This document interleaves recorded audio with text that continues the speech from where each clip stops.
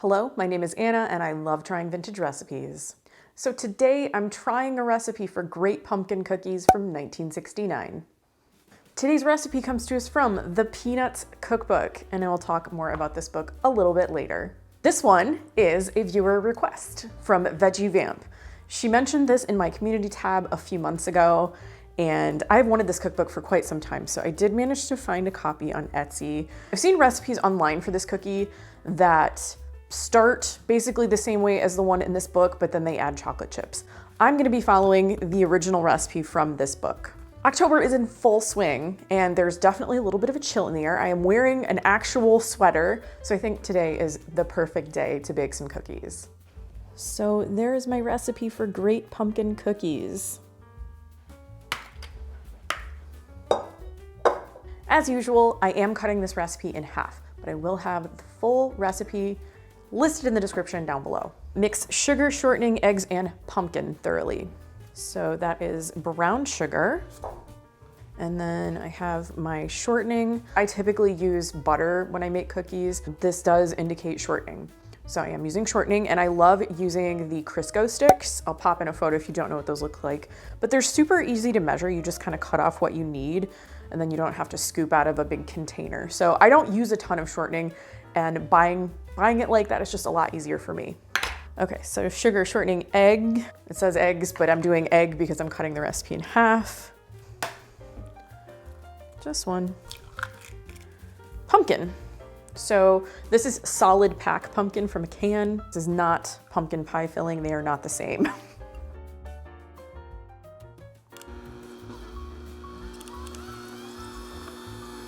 So next it says to sift dry ingredients and add to the pumpkin mixture. So I'm gonna do that in a separate bowl, and that is flour. I'm holding my Cinderella bowl in the wrong direction. I can use this to pour. And then some baking powder. I know it looks like a lot of baking powder. This is the amount that they said in the recipe. If you're reading the recipe in the description down below, it is not a mistake, I promise you. So then next we have some cinnamon and nutmeg. These are gonna be some delicious spicy cookies, and then some salt and some ground ginger. Oh, it smells so good. All of those yummy spices, so delicious, very fall. If it's been a while since you've purchased, cinnamon, allspice, nutmeg, all of those yummy warm spices of the fall, of the winter, maybe it's time to treat yourself to a couple of new bottles for your fall baking. You have my full permission. Sometimes they need to be replaced.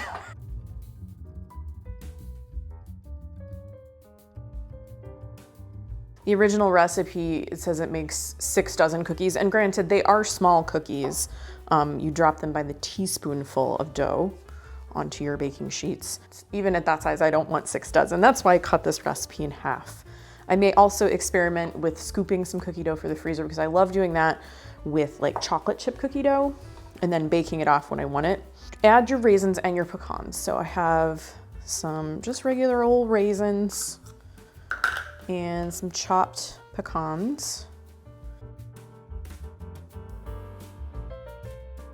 Our dough is ready, and now it's time to scoop and bake. Just a regular old sheet pan. I put a baking mat on it, and I'm gonna be using my handy 1 teaspoon scoop. I love my scoops, just make it a lot easier. With this teeny tiny scoop, this does kind of look like a lot of dough. So we may have a lot of cookies to eat. I'm also very interested to see like exactly how these are gonna spread out, since I've never made them. Okay, so these are ready to go. What are we doing? So these are ready to go into a 400-degree oven. The bake time in the book says 12 to 15 minutes. I'm definitely gonna keep an eye on them because they are very small. So we'll see how it shakes out.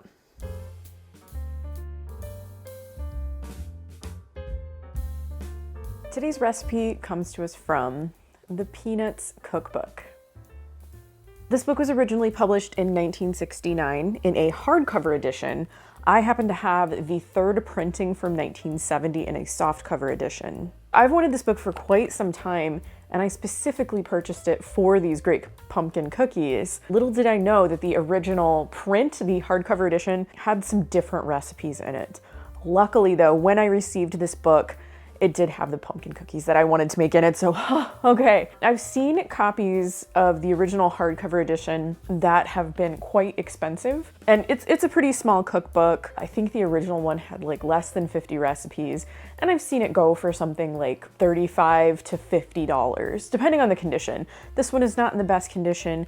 I purchased this one on Etsy for about $5, and I was happy with that, just to add it to my collection, really. So it came to us from Scholastic Book Services. If you remember Scholastic book fairs and book orders, I mean, that was something that I absolutely loved.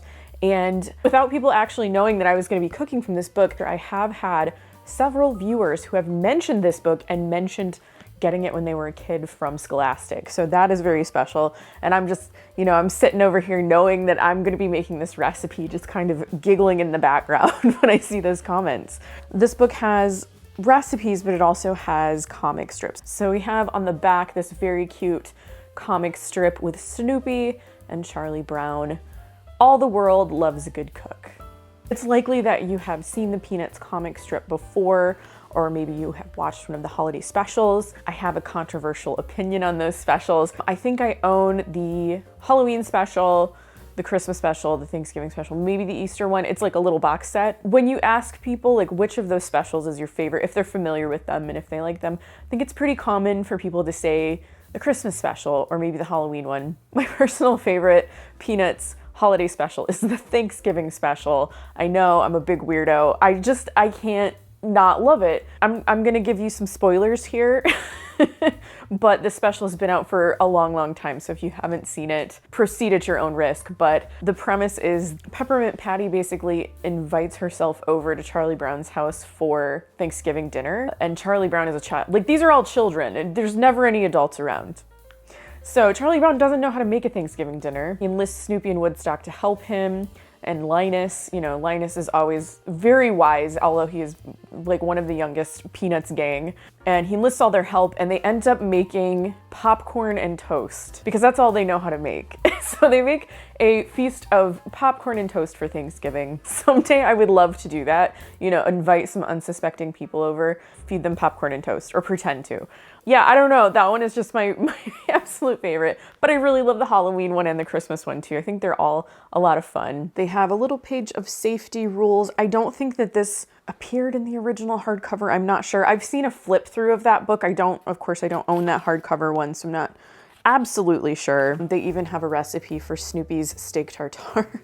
Peppermint Patty's prune whip. I think they just put that one in there for the alliteration. You'd think that they would do something with actual peppermint in it and not a prune whip. This was a must. Peanuts peanut brittle. I mean, couldn't get away without doing that one. So this one, for security cinnamon toast, I think that is a reference to Linus's blanket and his security blanket. This is not the only book in this series. I know of at least one other one, the Peanuts lunch bag cookbook. And surprisingly, this person did not know I wanted this cookbook. They didn't know I was making a recipe from this first cookbook. A viewer sent me the Peanuts lunch bag cookbook. I was so surprised. Chris, thank you so much. I can't wait to make a video with that book as well. I am thankful and very amazed that you all seem to know which books I'm after somehow. That was a nice surprise. It was lovely.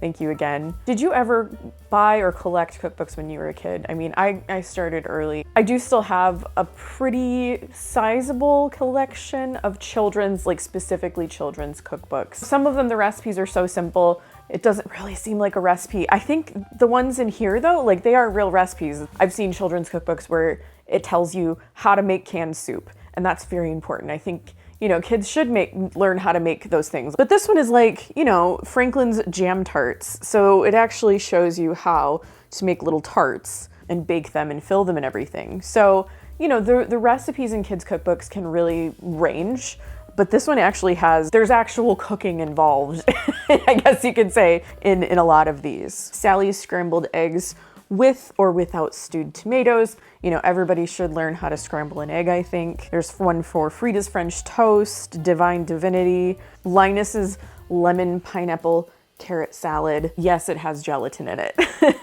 Yeah, this one is a really good one. I may still seek out that hardcover version if I can find it for a reasonable price. But I'm so happy to have this one in my collection. Thank you to Veggie Vamp for suggesting the Great Pumpkin cookies. Here we have our Great Pumpkin cookies. And I'll go ahead and just break one of these in half too. So you can see a cross section. They're very soft. They feel cakey, muffiny, that kind of thing. And these did not spread. As you could probably tell, they didn't spread, but they did puff up. These are puffy, these are fluffy, they're soft, almost like a pumpkin bread or a pumpkin muffin, from what I can tell about the texture so far. So I'm gonna give this one a taste. They're very much like a pumpkin bread texture. They are really not very sweet at all. I think the raisins, this one, I mean, these are such small cookies that I don't think I got a raisin in this one. Or if I did, it's like I didn't bite into it. So I think the raisins add little pops of sweetness here and there, but the cookie dough itself is not very sweet. I like it though. The pecans add a really, really nice toasty flavor to this too. But don't just take my opinion on this. For once, I have a couple of additional taste testers. So I'm here with my friend Jim from Jim's Kitchen. Hello. And then my friend Stephanie from Ginger Snap Kitchen. And they are gonna try the Great Pumpkin cookies for me. So, okay. This is gonna be special. And you, I think you're right. you give me your honest impressions, your honest feedback, what you think. I love the shape. They're just so cute. That means you can eat a lot of them. Just pop them in your mouth. Pop them in your mouth. I love it. Pop them in your mouth. I'm delighted. Truly. What do you think, I Jim? love it too. Oh, fantastic. The pumpkin really pops. So these are my friends and my taste testers. So finally, you get to see someone else trying my food besides me. You're so lucky. I personally like these. I don't think they're like in your face sweet cookies. They almost taste a little healthy. I know I've said that before about certain baked goods of the past. They don't taste like a lot of sugar. It's just the brown sugar in them, and then the rest with sweetness kind of comes from the pumpkin and the raisins. But they do have a really good flavor, I think. If you really, really, really want to just make these and sweeten them up, I would do two things or one of two things. So one, you could add mini chocolate chips to these if you just want to add like that little added layer of sweetness inside, or you could also make like a powdered sugar glaze to go on the top of these. And I think that would go really well too. I personally like them as is, but if you want to make them a little bit more special, or if you want to sweeten them up a little bit, I think you could just make a couple of changes and do that really easily. But I'm gonna eat them like this. If you happen to love vintage desserts like I do, I have an entire playlist and I will link it in the description down below. I hope you liked this video. If you did, please give it a thumbs up and subscribe to my channel if you haven't already. I post videos about food, vintage cookbooks, and retro recipes every week. Thanks again, and I'll see you in my next video. Bye.